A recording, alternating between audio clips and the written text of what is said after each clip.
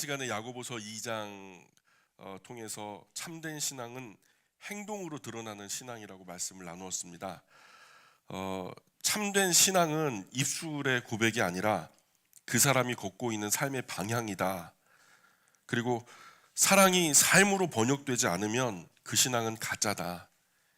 신앙이 행동으로 번역되지 않으면 그 신앙은 죽은 신앙이다. 이런 말씀을 나누었습니다. 그런데 오늘 야고보는 한 걸음 더 깊이 들어옵니다. 신앙이 행동으로 드러난다면 가장 먼저 그 행동이 무엇일까요? 어디서 나타날까요? 바로 혀입니다.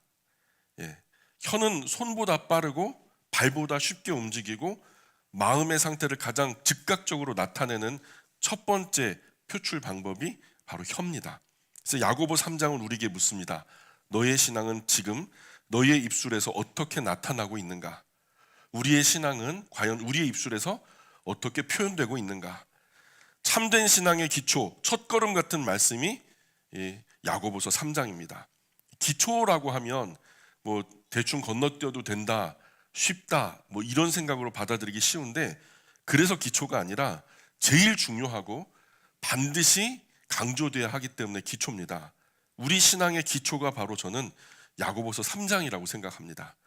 1절 2절에 보니까 더 큰 내 형제들아 너희는 선생된 우리가 더 큰 심판 받을 줄 알고 선생이 많이 되지 마라. 근데 야고보는 왜 갑자기 선생에 대해서 말합니까? 왜 그럴까요? 왜냐하면 선생이라는 직업이, 그 위치가 가르치는 사람이 말 많이 하는 사람이기 때문에 그렇습니다. 메이저 크리마, 말 많이 하는 사람이 가장 큰 심판을 받는다.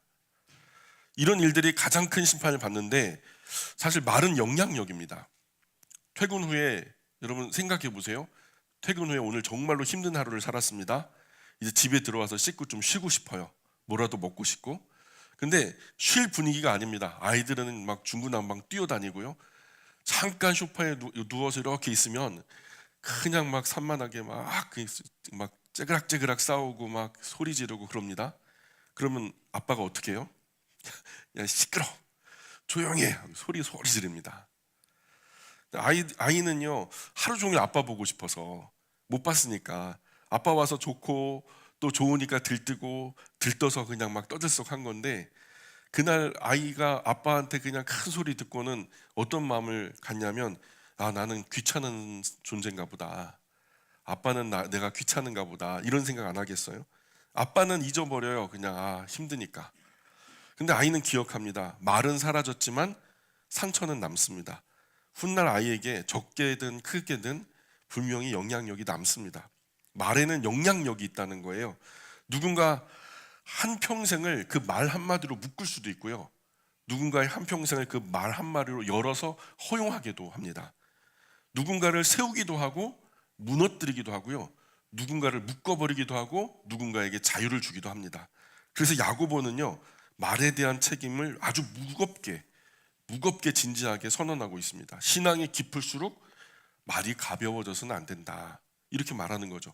2절에 보면 더 정직하게 말합니다. 우리가 다 실수가 많다. 그렇죠? 저와 여러분 다 실수가 많은 사람들입니다. 야고보는 완전함을 요구하지 않아요. 그러나 이렇게 말해요. 말에 실수가 없는 자라야 온전한 사람이다. 신앙이 성숙하다는 거, 그것은 어떤 다른 표현이냐면 결국 말이 절제된다. 신앙이 성숙한 사람은 말이 절제되는 사람입니다.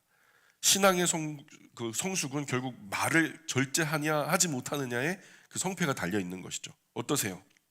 신앙의 연조가 쌓일수록 나의 말은 좀 부드러워졌나요? 교회에서 말고요, 여러분 가정에서, 지극히 사적인 공간에서 나의 언행이 어떻게 달라졌는지. 아니면은 신앙을 핑계로 더 공격적인 경우도 있습니다. 오늘 예배 드려야 되는데 이것들이 안 일어나. 그래서 더 센 말을 하죠. 더 닥달합니다. 그러려면 가지 마, 그러죠. 하여튼 엄마 아빠들 그럴 거예요. 아침마다 시험 들 겁니다. 주일날 아침마다. 저도 역시 설교회 하고 내려왔는데 그날 말에 대한 설교를 했잖아요.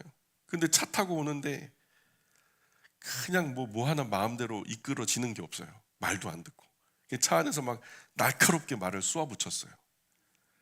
그날 저의 설교는 제 입술을 통과하지 못했단 말이죠. 야고보가 하는 말이 제 얘기입니다. 또한 여러분의 얘기라고 믿습니다. 3절 볼까요? 3절부터 6절까지 말씀. 3절부터 6절까지 말씀 같이 합독하겠습니다. 시작. 우리가 말들의 입에 재갈 물리는 것은 우리에게 순종하게 하려고 그 온몸을 제어하는 것이라. 또 배를 보라. 그렇게 크고 광풍에 밀려가는 것들은 지극히 작은 키로서 사공의 뜻대로 운행하나니 이와 같이 혀도 작은 지체로되 큰 것을 자랑하도다. 보라, 얼마나 작은 불이 얼마나 많은 나무를 태우는가. 혀는 곧 불이요 불의의 세계라. 혀는 우리 지체 중에서 온몸을 더럽히고 삶의 수레바퀴를 불사르나니 그 사르는 것이 지옥불에서 나느니라. 아멘. 예, 말이 가진 힘 설명하기 위해서 야고보는 세 가지 비유를 들고 있죠. 첫 번째는 말 입의 재갈. 말 입의 재갈 아시죠? 그 재갈을 통해서 좌로 우로 방향을 전환하는데 큰 말, 사람보다 서너 배가 큰 말을 움직이는 것도 그 작은 재갈에서부터 시작된다라는 것과, 두 번째 배의 키, 망망대해를 떠다니는 큰 거대한 배도 작은 키 하나로 방향이 결정된다.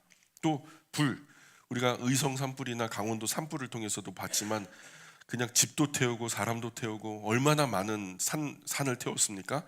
작은 불씨 하나가 큰 숲도 다 태워버리듯이, 그러고도 모자라서 더 태우고 더 태우려고 하는 것이 바로 말과 비교되고 있습니다. 말에는 힘이 있어요. 많은 분들이 이번에 이제 연휴를 경험하면서 이 말씀이 아마 되게 적절한 타이밍인 것 같습니다.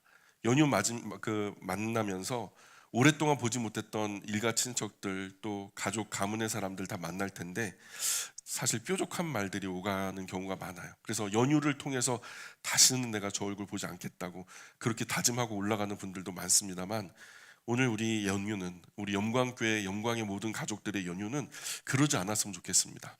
좀 부드러운 말들, 또 세워주는 말들, 일으켜주는 말들, 또 상대방이 물었을 때 불편한 말들, 그런 거 하지 말자는 거예요. 결혼 언제 할 거야? 직장은 어디 됐어? 그 불편한 말들이거든요.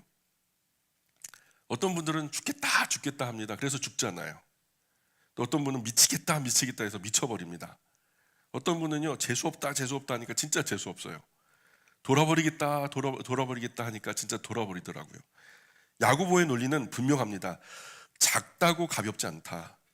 작기에 더 결정적이다.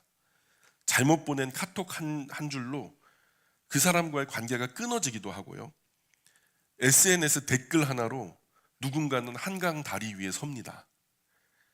교회 안에서 기도 제목이라는 이름으로 이렇게 은밀하게 전달했던 그 기도 제목이 다른 사람들에게 막 험담이 되어서 한 사람을 무너뜨리기도 합니다. 내가 다시는 교회 안 나간다. 항상 불의는요, 정의의 얼굴로 나타납니다. 나는 사실만 말했을 뿐이야. 내가 뭐 거짓말했어? 하지만 그 사실이요, 숲을 태웁니다. 혀는 작은 지체지만 인생의 방향을 결정합니다. 가정과 가문 전체의 분위기를 결정하기도 하고요. 어떤 아이들의 가정은 천국과도 같은 가정에 비해서 어떤 아이들의 가정은 지옥과도 같은 가정이에요. 늘 저주가 많고 어떤 가정은 늘 축복이 많고, 교회의 정서도 이것에 따라 결정됩니다. 한 사람의 자존감을 세우기도 하고 무너뜨리기도 하고. 그래서 6절은 아주 강하게 말합니다. 혀는 곧 불이요 불의 세계라. 혀는 우리 지체 중에서 온몸을 더럽히고 삶의 수레바퀴를 불사르나니 그 사르는 것이 지옥불에서 나느니라. 그러니까 지옥불이 다른 곳에 있는 게 아니고 우리 혓바닥 밑에도 있다는 겁니다. 과장처럼 들리지만 우리는 다 압니다. 한마디 말이 평생의 상처가 돼서 사람을 페인으로 만들기도 하고, 같은 말 한마디에 힘을 얻고 삶을 일으켜 세우는 그런 위인들도 만듭니다. 혹시 내가 한 말 때문에 누군가의 하루를 태워버린 적은 없나요? 아침에 출근길에 창문을 열고 왜 끼어드냐고 XX 막 그런. 그래서 나는 불씨를 옮겨서 화근을 만드는 사람인가요? 아니면은 불을 끄는 사람인가요? 생각해 볼 일이죠. 말 조심해야 됩니다. 말 절제해야 됩니다. 그런 존재가 그리스도인입니다. 그리스도인은 곧 말 절제하는 사람입니다. 아멘. 7절부터 12절까지 계속 읽어볼까요? 7절부터 12절 시작. 여러 종류의 짐승과 새와 벌레와 바다의 생물은 다 사람이 길들일 수 있고 길들여 왔거니와 혀는 능히 길들일 사람이 없나니 쉬지 아니하는 악이요 죽이는 독이 가득한 것이라. 이것으로 우리가 주 아버지를 찬송하고 또 이것으로 하나님의 형상대로 지음을 받은 사람을 저주하나니 한 입에서 찬송과 저주가 나오는도다. 내 형제들아 이것이 마땅하지 아니하리라. 샘이 한 구멍으로 어찌 단물과 쓴물을 내겠느냐. 내 형제들아 어찌 무화과 나무가 감람 열매를 포도나무가 무화과를 맺겠느냐. 이와 같이 짠물이 단물을 내지 못하느니라. 계속해서 야고보가 말하죠. 짐승은 길들여도 혀는 길들이기 어렵다. 이렇게 말해요. 이 말은 절망이 아니라 사실은 고백입니다. 사람의 의지로는 안 된다는 고백이 자신도 안 되니까 이런 말을 하는 거죠. 야고보는 자연의 예를 들어 묻습니다. 한 샘에서 단물과 쓴물을 동시에 낼 수 있겠느냐. 그리고 무화과 나무가 감람 열매를 맺을 수 있겠느냐. 이것이 핵심이죠. 이것의 핵심은 그 말은 뿌리의 문제라는 거죠. 뿌리. 그러므로 혀의 문제는 그 말의 뿌리가 되는, 말의 뿌리는 어디죠? 말의 뿌리는 사람의 마음이죠. 마음에 없는 것이 말로 나올까요?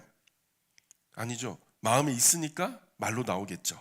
그러니까 그 말의 뿌리는 마음인데 문제는 마음이라는 거죠. 그 마음이 오염되고 타락했는데 무슨 좋은 말이 나오겠느냐, 그런 말이죠. 가끔은 좋은 말도 나오긴 해요. 드물기지만 대부분은 좋지 않은 말들이 나옵니다.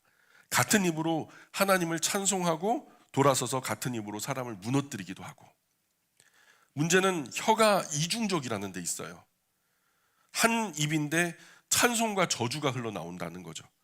주일에는 하나님을 찬양하고 월요일에는 사람을 헐뜯고, 주일에는 은혜 받았습니다 이 말한 입술로 월요일에는 아내를 찌르고 자녀를 무너뜨리고 다른 이들을 판단하고. 피부에 상처가 생기면 큰일이죠. 그런데 꿰매고 약 바르고 치료하면 됩니다. 깨끗하게 치료돼요. 그러나 마음에 상처받으면 어떻게 할 거예요? 마음에 상처받으면 이 째고 안에다 마음에다 약을 발라요? 마음에 상처받으면 어떻게 하나요? 꿰매지 못해요. 약도 못 발라요. 치료가 잘 안 됩니다. 마음은 주로 무엇으로 상처를 받냐면 말로 상처를 받아요. 그래서 야고보 1장에서 뭐라고 말합니까? 사람마다 듣기는 속히 하고 말하기는 더디하라. 성내기도 더디하라. 제일 최악이 분노한 가운데 말하는 겁니다. 말하기도 더디하고 성내기도 더디하라. 이 화가 난 상태에서 말하면요, 후회하는 말들을 해요. 상처 주는 말들을 합니다. 요한복음 17장에서 예수님 대제사장의 기도를 하시잖아요. 근데 거기서 저희를 진리로 거룩하게 하옵소서, 아버지의 말씀은 진리입니다, 이렇게 예수님이 기도하시거든요. 또 예수님께서 너희는 내가 일러준 말로 이미 깨끗하여졌다. 내가 너희에게 들려줬던 그 말로 이미 깨끗하여졌다. 그러니까 하나님의 말씀을 끊임없이 들어야 우리가 깨끗해지는 겁니다. 우리가 깨끗한 물로 계속 씻어야 우리 몸이 깨끗함을 유지하는 것처럼 하나님 말씀으로 우리를 계속 씻어야 우리의 영혼은 계속 깨끗함을 유지하는 겁니다. 한 번 씻어서 끝나는 게 아니고 우리가 매일 몸을 씻듯이 우리의 영혼도 계속 매일 하나님의 말씀으로 씻어내야 되는 것이, 그게 기도입니다. 예수님께서 우리에게 가르쳐 주셨던 기도가 그거예요. 그래서 우리 그리스도인에게는 말을 많이 하는 시간이 기도 시간이 아니라, 기도 시간은 사실은 하나님의 말씀을 많이 듣는 시간입니다. 기도하고 묵상하는 시간이 필요해요. 자신 안에 잘못된 생각들을 진리로 자꾸 씻어내고 바로 잡는 겁니다. 하나님의 말씀이 계속 내 안에 맴돌게 하는 것이죠. 그러면 내가 잘못된 부분들이 나타나고 그 나타난 부분을 다시 교정하고, 그리고 또 살아보고, 살았는데 또 잘못된 부분들을 말씀으로 또 씻어내는 거죠. 그래서 진리가 뭘까요? 진리는 아버지 하나님 말씀이죠. 진리가 많이 말씀하게 해야지 내가 많이 말하게 하면 안 된다는 거예요. 근데 한국교회 많은 분들이, 많은 그리스도인들이 나는 말을 많이 하는데 하나님은 말씀 안 하게 해요. 우리가 기도할 때 뭘 해달라, 뭘 해결해달라, 이런 기도가 대부분이죠. 내가 말하는 거예요. 99% 내가 다 말해요. 이런 기도는 나의 이기적인 욕심을 부풀리는 기도밖에 안 됩니다. 진짜 성경에서 말하는 기도다운 기도가 아니라는 거예요. 우리 마음을 진리로 끊임없이 씻어내는 것이 예수님께서 가르쳐 주신 기도예요. 너희는 이렇게 기도하라 하면서 예수님께서 주기도문에서도 거기서 우리의 뜻, 의지를 말하는 게 아니야. 아버지의 뜻, 아버지의 나라를 구하고 있잖아요. 우리가 영적으로 성숙하면 심지어 학교에 가서 공부하는 것도 사실 기도가 됩니다. 직장에 나가서 일하는 것도 기도가 돼요. 가정에서 가사일 하는 것도 기도가 됩니다. 예수님은 나를 보내신 분의 뜻을 행하는 것이 곧 나의 양식이다 이렇게 말씀하셨어요. 그런데 자꾸 내 소원을 가지고 보채다 보면 기도까지도 가증스러울 수가 있습니다. 여러분, 기도가 가증된다라는 얘기를 들어보셨어요? 기도가 가증된 기도가 있어요. 잠언에 보면 사람이 귀를 돌려 율법을 듣지 아니하면 그의 기도도 가증하니라 그래요. 하나님 말씀 들으려고 하지 않으면서 자기 기도만 하면 그 기도는 가증하다는 거예요. 하나님 말씀을 읽지도 듣지도 않으면서 자기 소원만 달라고 기도하면 그게 가증한 기도라는 거예요. 하나님 보실 때 우리의 기도가 가증한 기도입니까? 합당한 기도입니까? 기도의 목적은 아버지 하나님의 뜻이 우리 삶 안에 이루어지기를 위한 기도가 돼야 된다라는 거예요. 내 뜻을 이루기 위한 기도가 아니라 아버지의 뜻을 이루기 위한 기도. 그래서 마음에 잘못된 것을 계속 씻고 씻어내는 것이 기도다. 말씀이 내 안에서 계속 맴돌고 솟아나게 만드는 것이, 그것이 기도다.